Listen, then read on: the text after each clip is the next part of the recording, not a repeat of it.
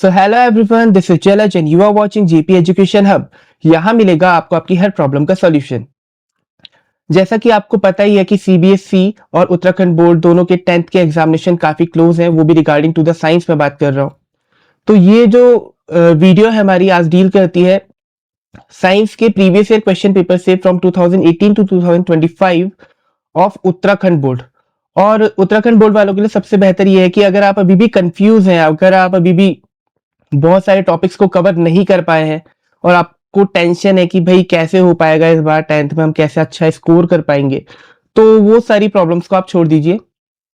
अगर आप ये क्लास पूरी देखते हैं, एंड तक देखते हैं, तो ये मेरा प्रॉमिस है कि आप इजीली 80 में से 60-65 प्लस स्कोर करने वाले हैं अगर आप in previous year question papers को बहुत अच्छे से स्टडी कर लेते हैं। तो ये क्वेश्चन पेपर 2018 से लेकर 2025 तक है। और जो सबसे पहला क्वेश्चन पेपर हम डिस्कस करने वाले हैं that is question paper of 2025। Okay, तो कुछ इस तरह का क्वेश्चन पेपर आया था। स्टार्टिंग के इंस्ट्रक्शंस हमेशा भी एग्जामिनेशन हॉल के अंदर जाते हैं, आगे के इंस्ट्रक्शंस आप पढ़ लेना, वो बहुत इंपॉर्टेंट होते हैं। सेकेंडली, अगर हम यहां पर से स्टार्ट करें, भाई मल्टीपल चॉइस क्वेश्चन से स्टार्ट करते हैं अपना। ठीक, मल्टीपल चॉइस क्वेश्चंस में अगर हम देखें, A solution turns blue litmus to red. Its pH value is likely to be. देखो, अगर कोई ब्लू को रेड में कन्वर्ट कर रहा है, ठीक, मतलब ब्लू को रेड में कन्वर्ट कर रहा है, मतलब वो सॉल्यूशन कैसा है? एसिडिक है। अगर वो एसिडिक है तो उसका पीएच 7 से कम होना चाहिए, 7 और 0 के बीच में होना चाहिए। ठीक है, तो अब आपको सीधा आंसर देखना है कि यहाँ पर कौन सा पीएच है भैया जो कि 7 से कम है और 7 और 0 के बीच में आता है, तो दैट इज 3। तो आपने बस यहाँ पर अपने करेक्ट ऑप्शंस को टिक कर लेना है। तो फटाफट से हम क्लियर करते हुए चलते हैं। Chemical formula of ethanoic acid. Ethanoic acid का केमिकल फॉर्मूला क्या होता है भाई? CH3COOH होता है भाई, बहुत कॉमन है, इसको याद रखना। The human I forms the image at its. कहां पर बनाती है ह्यूमन आई? रेटिना पे बनाती है इमेज। ठीक है, तो ये छोटे छोटे टर्म्स है जो आपने याद रखना है। इसके बाद सॉरी, मैं बायो के ज्यादा आपको आंसर्स नहीं दे पाऊंगा, मैं फिजिक्स और केमिस्ट्री के रिगार्डिंग आपको सारे आंसर्स देने की यहाँ पर कोशिश करूंगा ना। In a spherical mirror of height mirror, the height of an object is h and the height of the image is s dash. The magnification spherical mirrors के लिए भाई क्या होता है? चाहे वो मिरर हो चाहे वो लेंस हो, मैग्निफिकेशन फॉर्मूला क्या होता है? Height of image upon height of the object. तो पहला ऑप्शन आपका सही है, m is equals to s dash upon h। फिर आगे चलते हैं। Two conducting wires of same materials and of equal length and equal diameter are first connected in series and then connected in parallel. ठीक है, दो conducting wires है जिनका जो कि सेम मटेरियल के, मतलब सब कुछ सेम है ना, तो दोनों कंडक्टिंग वायर्स की रेजिस्टेंस क्या हो गई? सेम हो गई। ठीक है, तो अगर पहले उनको सीरीज में लगाया जाता है और फिर उनको पैरेलल लगाया जाता है, मतलब एक बार आपने सीरीज में लगाया तो भाई अगर सीरीज में लगाया, ठीक है, तो आर कितना हो जाएगा? आर सीरीज में, आर डैश बोल देते हैं, आर सीरीज में कितना हो जाएगा भाई? R1 प्लस R1, मतलब दोनों सेम ही तो है, तो R1 भी क्यों लिखो, R प्लस आर मान लेता हूँ, 2R हो जाएगा। ठीक है, वहीं अगर मैं इन दोनों को पैरेलल लगा देता हूं तो क्या हो जाएगा भाई? आर डबल डैश, देखो पैरेलल में क्या हो जाएगा? 1/r प्लस 1/r हो जाएगा, sorry 1/r dash equals R double dash equals to 1/r plus 1/r हो जाएगा। ठीक है, आर एलसीएम आ जाएगा हमारा, ऊपर क्या हो जाएगा? 2, तो आर कितना हो जाएगा? R dash equals to R by 2 हो जाएगा। आर डैश इक्वल्स टू कितना हो जाएगा? R by 2। Ratio of heat produced in series and parallel combination. Heat produced in series and parallel combination बोल रहा है। अब हीट क्या होगी भाई? हीट के लिए आप सिंपल देखो, सीरीज है पैरेलल है, आप हीट के लिए कौन सा फॉर्मूला लगा लो भाई, कोई भी फॉर्मूला यूज कर लो, अभी कोई दिक्कत नहीं, हमने टोटल रेजिस्टेंस तो निकाल ही दिया है। तो हीट क्या होती है? आई स्क्वायर आर टी होता है। ठीक है, ये हम सीरीज के लिए मान लेते हैं। अब देखो रेजिस्टेंस को कैसे कैरी करना है, एक के लिए आर डैश हो जाएगा, एक के लिए आर डैश एच हो जाएगा, सॉरी आर डबल डैश हो जाएगा। फटाफट से कंपेरिजन करना है। अगर हम एच क्या लिखा है, पहले सीरीज लिखा है ना, तो H dash upon H double dash निकाल ले, पहले सीरीज के लिए निकालते हैं। सीरीज का कितना हो जाता है? आई स्क्वायर, अब देखो आर कितना है यहाँ? 2r है इंटू टी, और वहां कितना हो जाएगा? I square R by 2 upon T. जब इसको सॉल्व करोगे तो आई स्क्वायर से आई स्क्वायर कैंसिल आउट हो जाएगा, टी से टी कैंसिल आउट हो जाएगा, आर से आर कैंसिल आउट हो जाएगा। ये कितना आ जाएगा? 4/1 आ जाएगा बेटा। 4/1 आया, मतलब कि रेशियो कितना आ गया आपका? 4:1 आ गया। तो आपने सीधे 4:1 पे क्या कर देना? टिक कर देना है। ठीक, और आगे चलते हैं। एम्पियर, देखो SI unit of electrical resistance पूछा है। रेजिस्टेंस की एसआई यूनिट क्या होती है भाई? ओम होती है। ठीक है, उसके बाद फिर से एक बायो का क्वेश्चन आ गया, आगे चलते हैं। एलोट्रॉप्स ऑफ कार्बन भाई बहुत सारे हैं, ठीक है, कोल है, नहीं सॉरी कोल की बोल रहा हूं मैं, डायमंड है, ठीक, ग्रेफाइट है, ये 1 मार्क्स में आ गया। दो ही लिखना है तो डायमंड और ग्रेफाइट लिख देना, अदरवाइज तीसरा भी लिखने को आ गया तो बकमिस्टर फुलरेन लिख देना है आपने, C60, ठीक है। केमिकल फॉर्मूला ऑफ मार्बल, भाई मार्बल क्या होता है, कैल्शियम कार्बोनेट होता है, CaCO3 होता है केमिकल फॉर्मूला मार्बल का। अब इसमें आइडेंटिफाई करना है zinc plus carbon, zinc oxide plus carbon gives out Zn plus carbon monoxide. Identify the substance that are oxidised and that are reduced. भाई देखो ऑक्सीडाइज कौन हुआ, कार्बन पे ऑक्सीजन था पहले लेकिन यहां पर है, नहीं था ना पहले लेकिन अब है, तो कार्बन क्या हो गया भाई, ऑक्सीडाइज। तो कार्बन क्या है हमारा, ऑक्सीडाइज्ड सब्सटेंस है। रिड्यूस कौन हुआ भाई, जिंक ऑक्साइड पे यहां पर ऑक्सीजन था अब नहीं है, तो जिंक का ऑक्सीजन का रिडक्शन हो गया, मतलब क्या हो गया ये, जिंक ऑक्साइड का क्या हो गया, रिडक्शन हो गया। तो आंसर में क्या आएगा आपका, ऑक्सीडाइज में आप क्या लिखोगे, कार्बन, और रिड्यूस सब्सटेंस में क्या लिखोगे, जिंक ऑक्साइड, ठीक है। फिर what is the least distance of distinct vision for a human I, least distance मतलब सबसे नजदीक कितना हो सकता है भाई, 25 सेंटीमीटर होता है। फिर स्लाइवा के एंजाइम की बात हुई है। Name the device that is that helps to maintain a potential difference across a conductor, भाई पोटेंशियल डिफरेंस कौन प्रोवाइड करता है, सेल या फिर बैटरी। देखो मेंटेन बोला है, मेजर नहीं बोला है, अगर मेजर बात आती तो वोल्ट मीटर लिखते, लेकिन मेंटेन बोला है मतलब कौन प्रोवाइड कर रहा है, वहां सेल और बैटरी प्रोवाइड करता है, ठीक है। आगे चलते हैं, what do you mean by amphoteric oxide, choose the amphoteric oxides among the following. अब एम्फोटेरिक ऑक्साइड्स क्या होती है, ऐसी मेटल ऑक्साइड्स होती हैं जो कि एसिड और बेस दोनों की तरह बिहेव करती हैं, बस इतना ही लिखना है, उनको हम एम्फोटेरिक ऑक्साइड्स कहते हैं। अब इनमें से एम्फोटेरिक ऑक्साइड कौन सी भाई, देखो एक तो जिंक ऑक्साइड है और एक क्या है, एल्यूमिनियम ऑक्साइड है, तो ये दोनों हमारी क्या है, एम्फोटेरिक ऑक्साइड्स है। बहुत सिंपल क्वेश्चन आते हैं, right the name and the symbol of the metal that exist in liquid state, भाई बहुत ही कॉमन क्वेश्चन है, नेम क्या है, मर्क्यूरी है, ठीक है, और सिंबल क्या है उसका, Hg है। भाई ये ऐसा मेटल है जो कि रूम टेम्परेचर पे लिक्विड स्टेट में रहता है। इलेक्ट्रॉन डॉट स्ट्रक्चर बनाना है भाई किसका, NH3 और C2H4 का, ठीक है। NH3 का बनाना है, सबसे पहले NH3 का देख लेते हैं। NH3 आपने ऐसे लिखा, ठीक है, पहले ये लाइन कर लेना, ये नाइट्रोजन का एटम हो गया। भाई इसमें टोटल 5 इलेक्ट्रॉन्स होते हैं, 2 इलेक्ट्रॉन्स नाइट्रोजन के पास बना लो और बाकी 3 इलेक्ट्रॉन नाइट्रोजन से थोड़ा दूर दूर बना लेना, ठीक है। हाइड्रोजन के एटम्स दिखाना इस तरह से, हाइड्रोजन का भी एक एक इलेक्ट्रॉन मैंने बीच में बना दिया। सर्किल कंप्लीट करना, ये हाइड्रोजन का हो गया, ये इस वाली हाइड्रोजन का हो गया, ये इस वाली हाइड्रोजन का हो गया, और ये नाइट्रोजन के अंदर सारे के सारे आ गए, ठीक है। तो सबका ऑक्टेट कंप्लीट हो गया, क्या बन गया ये, NH3 बन गया। बॉन्ड के हिसाब से दिखाओ तो कैसा होता है, इस तरह का बनता है NH3, ठीक है। ऐसे ही C2H4 बोला था ना, C2H4, ठीक है, यही बोला था ना, एक बार देख लेता हूं, हाँ C2H4 बोला है। अब C2H4 में क्या होता है, देखो 2 कार्बन है, हाइड्रोजन कितने हैं, 4 है, तो 4 हाइड्रोजन इस तरह से दिखा दो, 1 2 3 4। अब देखो एक एक तो हाइड्रोजन शेयरिंग कर लेगा आपस में, एक एक कार्बन भी शेयर कर लेगा इनके साथ। अब बचे कितने कार्बन पे, 2 कार्बन पे, पहले वाले कार्बन पे बचे, 2 दूसरे वाले पे बचे, तो ये दोनों अपने अपने दोनों इलेक्ट्रॉन्स की शेयरिंग कर लेंगे, ठीक है। हाइड्रोजन को कंप्लीट दिखा देते हैं, सॉरी गलत बन गया है, हाइड्रोजन का कंप्लीट दिखा देते हैं इस तरह से, यहां पर इस हाइड्रोजन का, यहां पर इसका, यहां पर इसका, और बीच में कार्बन का कंप्लीट दिखाने के लिए कार्बन के अंदर कितने आ जाने चाहिए, पूरे 8 आ जाने चाहिए। तो कैसा बना structure, C double bond C, single bond H, single bond H, single bond H and single bond H, इस तरह का कुछ स्ट्रक्चर बना है, ठीक है। यहां तक क्लियर हो रहा है, समझ में आ रहा है। आगे चलते हैं, नेक्स्ट क्वेश्चन देखते हैं, what do you mean by, अच्छा ठीक है, ये भी बायो का आ गया, चाइल्ड सेक्स डिटर्मिनेशन का आ गया शायद से क्वेश्चन, ठीक है।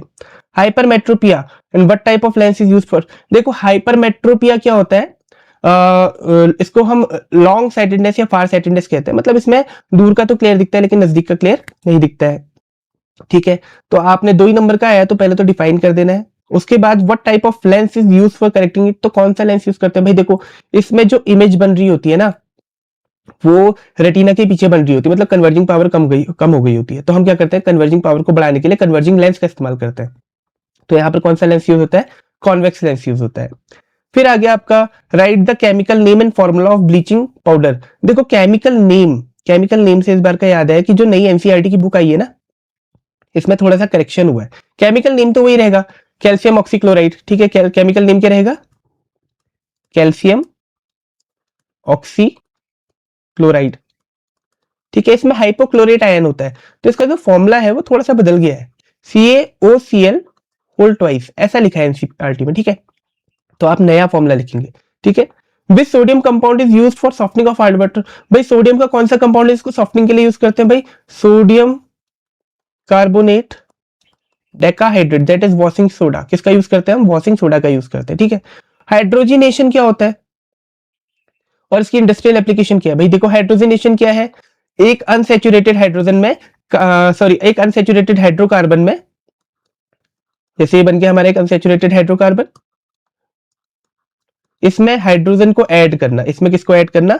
हाइड्रोजन को ऐड करना किसकी प्रेजेंस में? निकल या फिर पैलेडियम के प्रेजेंस में, जिसमें हमें रिजल्ट में क्या मिलता है? सैचुरेटेड हाइड्रोकार्बन मिल जाता है। क्या मिल जाता है? सैचुरेटेड हाइड्रोकार्बन मिलता है। मतलब addition of hydrogen to the unsaturated hydrocarbon in the presence of catalyst like nickel and palladium is known as hydrogenation. अब इसका यूज कहां होता है भाई? अनसैचुरेटेड हाइड्रोकार्बन को सैचुरेटेड हाइड्रोकार्बन में कन्वर्ट करने के लिए। मतलब क्या था इसका? आपके वेजिटेबल ऑयल को वेजिटेबल घी में कन्वर्ट करना है। मतलब वेजिटेबल ऑयल से डालडा बनाने की प्रोसेस क्या है? इसका इंडस्ट्रियल एप्लीकेशन है।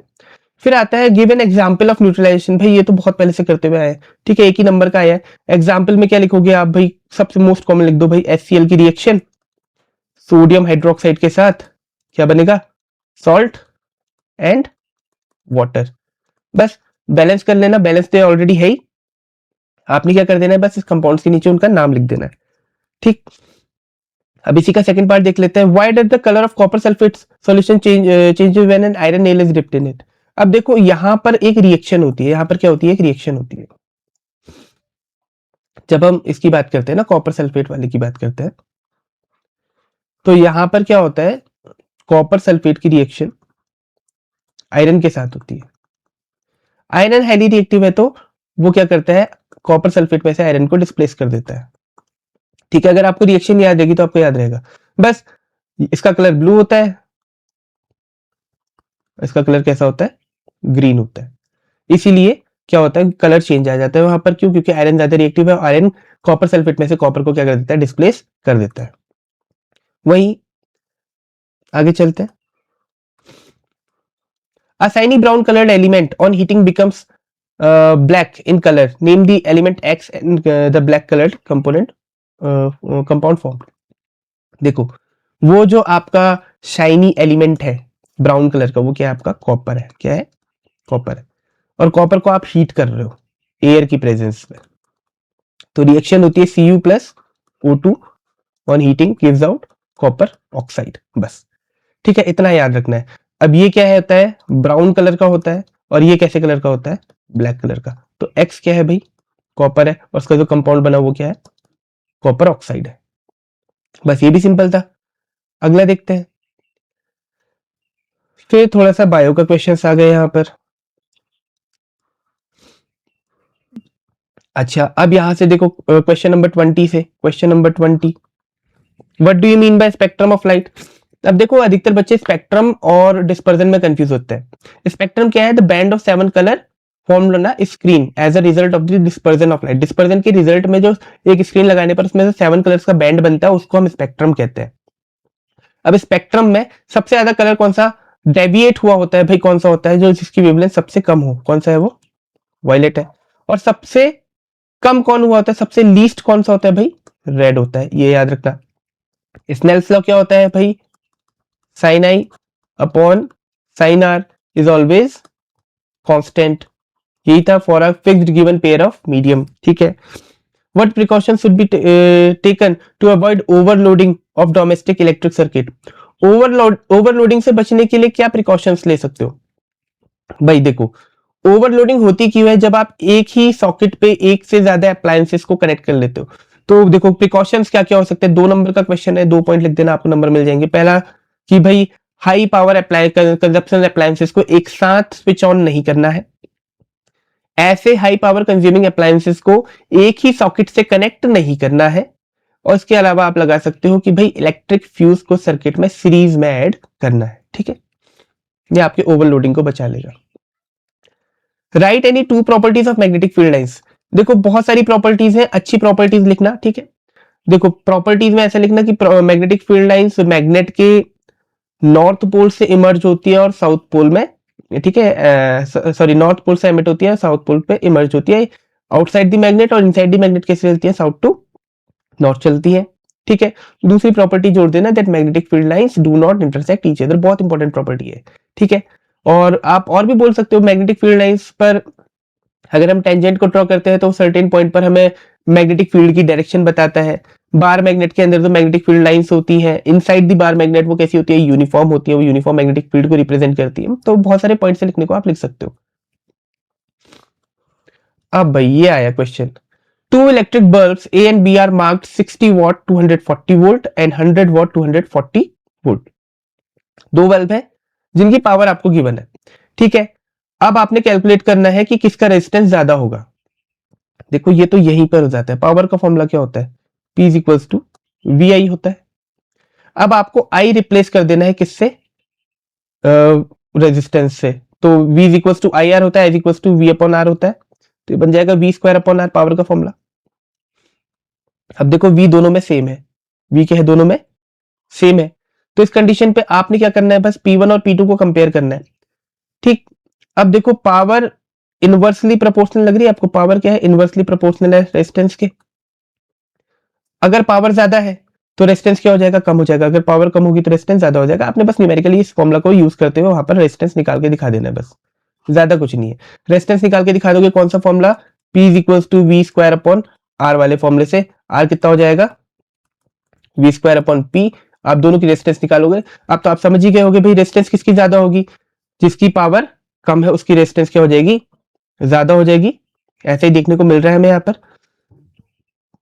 तो खुद ही समझ जाओ 60 वॉट वाले की रेजिस्टेंस पावर कम है तो रेजिस्टेंस ज्यादा होगी, और 100 वॉट वाले की रेजिस्टेंस पावर ज्यादा है तो रेजिस्टेंस क्या हो जाएगी, कम हो जाएगी आपकी। ठीक है, फिर एक और अच्छा क्वेश्चन है, 25 coulomb of charge flows through a conductor in 10 second.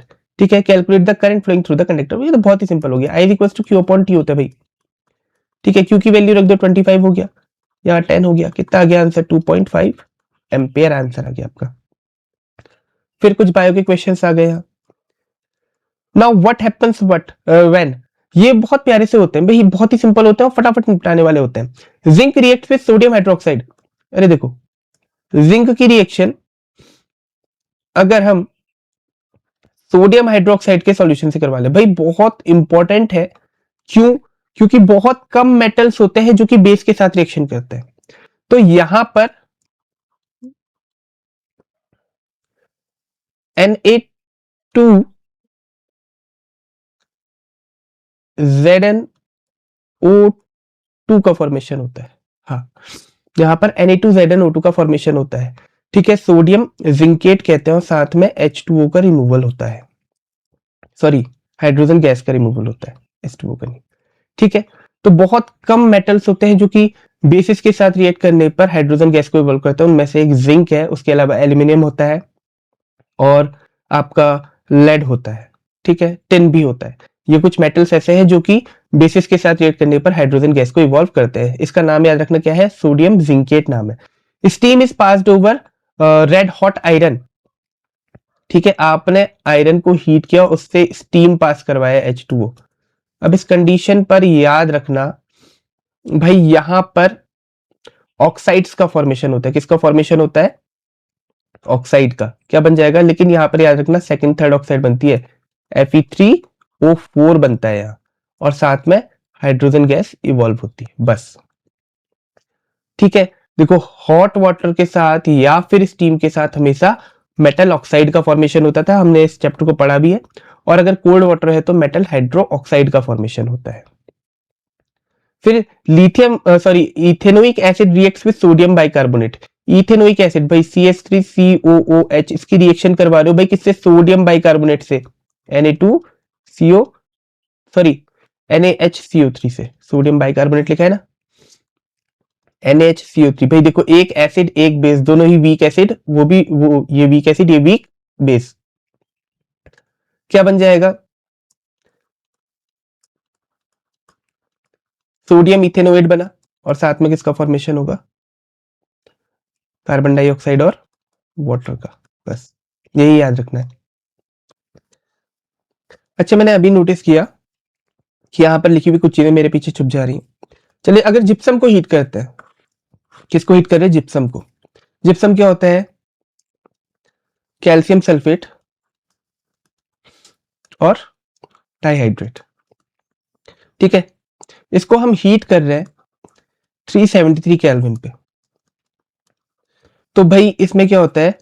Calcium sulphate hemihydrate का फॉर्मेशन हो जाता है, और 3/2 वाटर के मॉलिक्यूल्स क्या हो जाते हैं? रिलीज हो जाते हैं। तो क्या इसका फॉर्मेशन होता है? कैल्शियम सल्फेट डाइहाइड्रेट को जब हीट करते हैं तो इसमें कैल्शियम सल्फेट हेमीहाइड्रेट मतलब प्लास्टर ऑफ पेरिस का फॉर्मेशन हो जाता है। बस इतना याद रखना है, ये भी सिंपल था। Differentiate between roasting and calcination with example. भाई ये बहुत सिंपल है, रोस्टिंग और कैल्सिनेशन के बीच का डिफरेंस करना है। देखो, रोस्टिंग में एयर प्रेजेंट होती है, कैल्सिनेशन में एयर प्रेजेंट नहीं होती। रोस्टिंग किसके साथ करते हैं? सल्फाइड ओर्स के साथ करते हैं। कैल्सिनेशन कार्बोनेट ओर्स के साथ करते हैं। रोस्टिंग के प्रोडक्ट में, ठीक है, बाय प्रोडक्ट में सल्फर डाइऑक्साइड का फॉर्मेशन होता है, और कैल्सिनेशन के बाय प्रोडक्ट में कार्बन डाइऑक्साइड का फॉर्मेशन होता है। फिर चाहो तो आप एक एक एग्जाम्पल लिख देना, एक में जिंक सल्फाइड की बात कर देना, एक में जिंक कार्बोनेट की बात कर देना। ठीक है, तो 4 पॉइंट हो गए, I think more than enough है। फिर आता है व्हाट इज एस्टेरिफिकेशन। भाई देखो, एस्टेरिफिकेशन क्या है? एक ऐसी प्रोसेस है जिसमें हम अल्कोहल और अल्कोहल और कार्बोक्सिलिक एसिड को रिएक्ट करवाते हैं एक दूसरे से इन the presence of concentrated acid. तो एक स्वीट स्मेलिंग सब्सटेंस का कंपाउंड का फॉर्मेशन होता है, उसी प्रोसेस को हम क्या बोलते हैं? एस्टेरिफिकेशन कहते हैं। इन्होंने बोला है क्या कहते हैं, एग्जाम्पल मतलब रिएक्शन बताओ। रिएक्शन क्या है भाई? देखो, मैंने क्या कहा था, इथेनोइक एसिड लिख लेते हैं, CH3COOH। इसकी रिएक्शन किससे करवानी है? अल्कोहल से कहा, तो एक अल्कोहल लिख लेते हैं, OH CH3CH2। ये क्या है? इथेनॉल है। ठीक है, क्या होना चाहिए यहाँ पर? कोई एसिड होना चाहिए। अच्छा, इसका एरो इस तरह का बनेगा, बोथ साइडेड एरो बनता है। किसका फॉर्मेशन होगा? एस्टर का फॉर्मेशन होगा, स्वीट स्मेलिंग कंपाउंड। एस्टर क्या हो गया आपका? CH3COO single bond CH3 single bond CH2। ये क्या बन गया आपका? Ethyl ethanoate. क्या बना है? इथाइल इथेनोएट, और साथ में किसका फॉर्मेशन होगा? वाटर का फॉर्मेशन होगा। तो भाई ये क्या है? इथेनोइक एसिड है। ये क्या है? इथेनॉल है। और ये क्या बन गया? इथाइल इथेनोएट मतलब एस्टर, और क्या बना साथ में? वाटर का फॉर्मेशन हुआ। ठीक है, इस तरह के क्वेश्चन है। IUPAC name, one of my favourite. IUPAC name में देखो यहाँ पर क्या गिवन है, ये ग्रुप पहचान लेना भाई। ये ग्रुप कौन सा है भाई? ये ग्रुप है आपका एल्डिहाइड। कौन सा ग्रुप है? एल्डिहाइड। एल्डिहाइड का सफिक्स क्या लगता है? AL लगता है। कितने कार्बन है? 2 कार्बन है। 2 कार्बन के लिए वर्ड आ गया क्या? एथ। कार्बन कार्बन के बीच में सिंगल बॉन्ड है तो AN, और एल्डिहाइड का सफिक्स AL, तो इथेनॉल इसका नाम हो गया। ऐसे यहाँ पर देखो कितने कार्बन है? 1 2 3 4 5 कार्बन है। ठीक है, 2 कार्बन के बीच में यहाँ पर ट्रिपल बॉन्ड है। तो अगर मैं उत्तराखंड बोर्ड वालों के रिगार्डिंग बोलूं, तो हमें यहाँ पर लोकेंट रूल का यूज करना जरूरी नहीं होता, मतलब पोजीशन दिखानी जरूरी नहीं होती। तो आपके लिए तो सिंपली इसका नाम क्या हो गया? 1 2 3 4 5 5 कार्बन है ना, पेंट नाम आ गया। बॉन्ड कैसा है भाई? यहाँ पर ट्रिपल बॉन्ड है, तो YNE आ जाएगा, ये इसका नाम हो गया बस, पेंटाइन। फिर how many structural isomers can be drawn for pentene. भाई पेंटीन के लिए कितने स्ट्रक्चरल आइसोमर्स आप ड्रॉ कर सकते हैं? ठीक है, पहले तो पेंटीन बना लेते हैं। पेंटीन एक नॉर्मल पेंटीन बनाते हैं, CH3 CH2 CH2 CH2 CH3। ठीक है, ये हो गया आपका एन पेंटीन।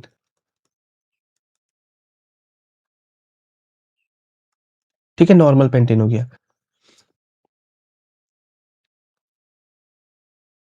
खाली एन भी नहीं लिख रहे, पेंटेन। फिर आता है आपका दूसरा पेंटेन।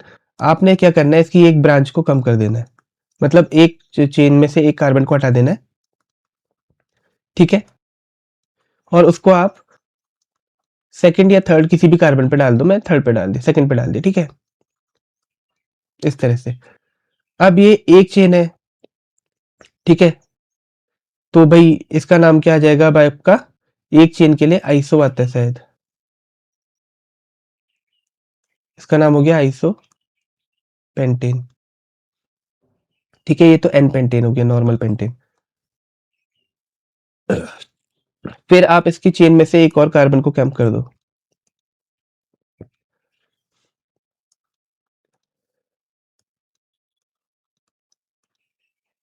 सॉरी ये तो ज्यादा हो गया,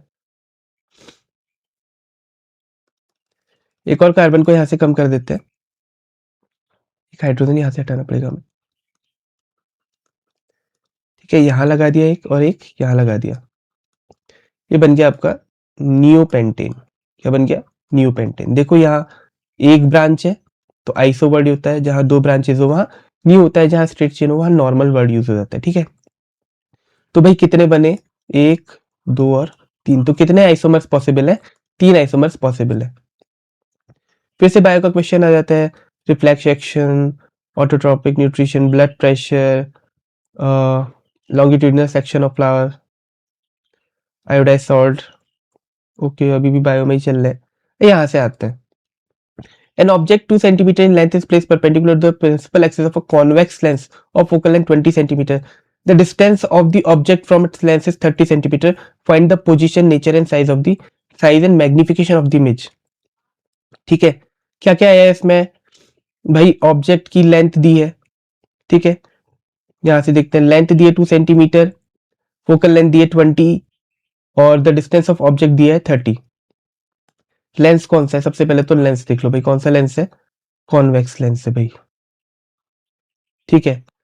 तो अगर हाइट दी है ऑब्जेक्ट की, दी थी शायद 2 सेंटीमीटर, देख लेते हैं, ठीक है, फोकल लेंथ दी है 20 और ऑब्जेक्ट डिस्टेंस दी है 30। भाई फोकल लेंथ कॉन्वेक्स लेंस से तो पॉजिटिव हो जाएगी 20, और ऑब्जेक्ट डिस्टेंस तो हमेशा कैसी होती है, नेगेटिव ही होती है भाई, ये 30 है। फाइंड आउट करना है क्या क्या, position, nature, size and magnification, सब कुछ ही फाइंड आउट करना है। तो सबसे पहले पोजीशन देखते हैं, लेंस फॉर्मूला यूज करते हैं, 1/f is equal to 1/v minus 1/u। इसका यूज करते हुए आप 1/u निकाल सकते हैं, 1/u इज इक्वल टू कितना हो जाएगा, 1 सॉरी 1/u की निकालेंगे, 1/v निकालेंगे ना, 1/v इज इक्वल टू हो जाएगा आपका 1/f प्लस 1/u। वैल्यूज को सब्स्टिट्यूट कर देंगे आप, 1/v इज इक्वल टू कितना हो जाएगा, 1/f दैट इज 1/20 माइनस 1/30 हो जाएगा आपका, क्योंकि मैंने माइनस साइन ऊपर भेज दिया, ठीक है। एलसीएम लेंगे कितना आएगा, 60 आ जाएगा, या 3 - 2 हो जाएगा, यह हो जाएगा 1/60 भाई, ठीक हो गया। v कितना आ गया, 60 सेंटीमीटर आ गया, बहुत बढ़िया, प्लस में ही आना चाहिए था हमारा आंसर। अब ये अगर इतना आ गया, अब यहां से हमने क्या बनाना है, मैग्निफिकेशन। मैग्निफिकेशन क्या होता है भाई, एच डैश अपॉन एच होता है, पर एच डैश तो हमारे पास है ही नहीं, तो हम क्या निकालेंगे भाई, minus V upon U, sorry V upon U का यूज कर लेंगे, यहाँ पर माइनस नहीं होता है यहाँ पर। तो वी कितना आया है, 60 सेंटीमीटर आया है, यू कितना आया है, माइनस, यू कितना है, -30 सेंटीमीटर है, बिल्कुल सही। मैग्निफिकेशन हमारा माइनस में आना चाहिए, क्योंकि रियल और इनवर्टेड इमेज बनी होगी यहाँ पर। कितना आ गया मैग्निफिकेशन, 2 आ गया, -2 का मैग्निफिकेशन आ गया, ठीक है, यूनिट कुछ होगी नहीं इसमें। अब इसकी हेल्प से हम हाइट भी निकाल लेंगे। हमें पता है m is equal to H dash upon H भी होता है, तो एच डैश कितना हो जाएगा, m इंटू एच हो जाएगा, ठीक है। एच डैश कितना आ जाएगा फिर हमारा, और देखते हैं एच डैश कितना आ जाएगा, m कितना था भाई, -2 था, h कितना था, 2 था, कितना हो गया, 4 सेंटीमीटर, तो ये आपका एच डैश आ जाएगा। अब इसके रिगार्डिंग आपने सारी चीजें बता देनी है, -4 सेंटीमीटर। पोजीशन क्या है भाई, पोजीशन है 60 centimetre in front of the, beyond the lens, ठीक है। फिर मैग्निफिकेशन, इमेज कैसी बनी है देखो, V अगर पॉजिटिव है लेंस के केस में, मतलब इमेज कैसी बनी है, रियल और इन्वर्टेड बनी है। मैग्निफिकेशन कितना आया, -2 का आया। हाइट ऑफ द ऑब्जेक्ट कितने, हाइट ऑफ द इमेज कितनी होगी, -4 सेंटीमीटर होगी। आपका पूरा क्वेश्चन क्या हो गया, सॉल्व हो गया। सब कुछ बता दिया आपने इसमें। फिर draw only ray diagram to show the formation of image of an object by the concave mirror when object is placed. अब देखो ये रे डायग्राम तो इतनी परफेक्टली यहाँ पर बनेंगे नहीं अभी, ठीक है। तो इसके लिए आपको कंपास संपस यूज करते हुए लेंसेज बनाने होते हैं, स्केल से मेजरमेंट करते हुए आपने जो F1 और F2 होते हैं, या फिर 2F1 और 2F2 होते हैं, उनके एग्जैक्ट मेजरमेंट लेते हुए वहां पर आपने स्केल से मार्किंग करनी होती है, तब जाके वो परफेक्ट इमेज बनती है, ठीक है। सॉरी, यहाँ पर मिरर की बात है तो फोकस और कर्वेचर आपने एग्जैक्ट सेम रखना होता है ना। तो उन सारे पॉइंट्स को ध्यान में रखते हुए इसके डायग्राम अभी हम नहीं बना पाएंगे, हाँ, लेकिन इसके बारे में डिस्कस कर सकते हैं कि आपका डायग्राम कब सही माना जाएगा, अगर ऑब्जेक्ट को फोकस और सेंटर ऑफ कर्वेचर के बीच में रख देते हैं, ठीक है। कहाँ रख दिया हमने ऑब्जेक्ट, कौन सा मिरर है, कॉनकेव है। इस मिरर में अगर आपने ऑब्जेक्ट को फोकस और सेंटर ऑफ कर्वेचर के बीच में रखा है, मतलब यहां कहीं रखा है, ठीक है, तो इसकी इमेज कहां बनेगी, देखो पहली बात तो इसकी रियल इमेज बनेगी, ठीक है। अब जैसे जैसे सेंटर ऑफ कर्वेचर पे होता है तो भाई इमेज तो सेंटर ऑफ कर्वेचर पे बनती थी, जैसे जैसे सेंटर ऑफ कर्वेचर से फोकस की तरफ जाते हैं इमेज सेंटर ऑफ कर्वेचर से पीछे बनती है, तो इसकी इमेज यहां कहीं बनेगी, ठीक है। मैग्नीफाइड इमेज बनेगी, इतना याद रखना। ऐसी जब हम, सॉरी जुकाम हो रखा है, ऐसे जब हम पोल और फोकस के बीच में रखते हैं, पोल और फोकस के बीच का तो एक्सेप्शनल केस है, बिल्कुल कॉनकेव मिरर के लिए सबसे अलग केस है। ये इकलौता केस है जिसमें इमेज बनती है वो बिहाइंड द मिरर बनती है, और कैसी बनती है, वर्चुअल एंड इरेक्ट इमेज बनती है, हाईली मैग्नीफाइड इमेज बनती है, ठीक है। तो ये चीजें आपको ध्यान देनी होंगी। अब एक फिर से बहुत सिंपल सा क्वेश्चन आ गया है। एक लाइट है जो कि एंटर करती है एयर से ग्लास में, जिसका रिफ्लेक्टिव इंडेक्स है 1.5, तो एक ग्लास का एब्सोल्यूट रिफ्लेक्टिव इंडेक्स दिया है, हमें बतानी कि स्पीड ऑफ लाइट कितनी होगी ग्लास में। देखो यार, reflective index of glass given है, कितना है, 1.5 है। फॉर्मूला क्या होता है, C अपॉन V, ठीक है। वैल्यूज रख लेते हैं, 3 × 10⁻8 मीटर पर सेकेंड। आपने निकालना है V, तो V इक्वल टू कितना हो जाएगा, 3 × 10⁸8 अपॉन 1.5, भाई डिवाइड कर दो, ठीक है। कितना करा, आ गया होगा आंसर, कितना आ गया आपका आंसर, V इक्वल टू कितना आ जाएगा, 2 × 10⁸8 मीटर पर सेकेंड आ जाएगा, बस हो गया, इतना ही है। फिर टोटल रेजिस्टेंस, अच्छा देखो नीचे एक सर्किट गिवन है, नीचे एक सर्किट गिवन है, बहुत बढ़िया क्वेश्चन है, ऐसे ही क्वेश्चन आते हैं आपके। नीचे एक सर्किट गिवन है, इस सर्किट में आपने टोटल रेजिस्टेंस निकालनी है, ठीक है, टोटल करंट निकालनी है, और current flowing through each resistor निकालना है, ठीक है। देखो पहले तो सर्किट देखते ही समझ जाओ भाई, सारी जो रेजिस्टेंसेज है वो पैरेलली कनेक्टेड है एक दूसरे से, तो तीनों का पैरेलल सम क्या हो जाएगा टोटल रेजिस्टेंस के लिए, 1/R will be equal to R1 R2 मान लेना, तो मैं सीधे ऐड कर लेता हूँ, 5 ओम प्लस 1/10 ओम प्लस 1/30 ओम, भाई एलसीएम 30 आ गया, ठीक है। तो यहाँ पर आ गया 6 प्लस यहाँ आ गया 3 प्लस 1, भाई कितना हो गया, 10 हो गया, 10/30 हो गया, तो 1/R कितना हो जाएगा फिर, 30/10 हो जाएगा, कितना हो गया, 3 ओम। तो टोटल रेजिस्टेंस कितना आ गया, 3 ओम आ गया, यहाँ आपका पहला आंसर आ गया 3 ओम। अब देखो आर आ गया है, आर आ गया सबका, ठीक है। अब आर के बाद हमने क्या निकालना है, इलेक्ट्रिक करंट निकालना है भाई, V equals to I R होता है, I equals to V upon R हो जाता है, ये भी सभी को पता है। V की वैल्यू आपको गिवन है 12 है, आर की वैल्यू आपकी कितनी आ रही है, 3 आ रही, तो इलेक्ट्रिक करंट कितना हो गया भाई, 4 एम्पियर हो गया।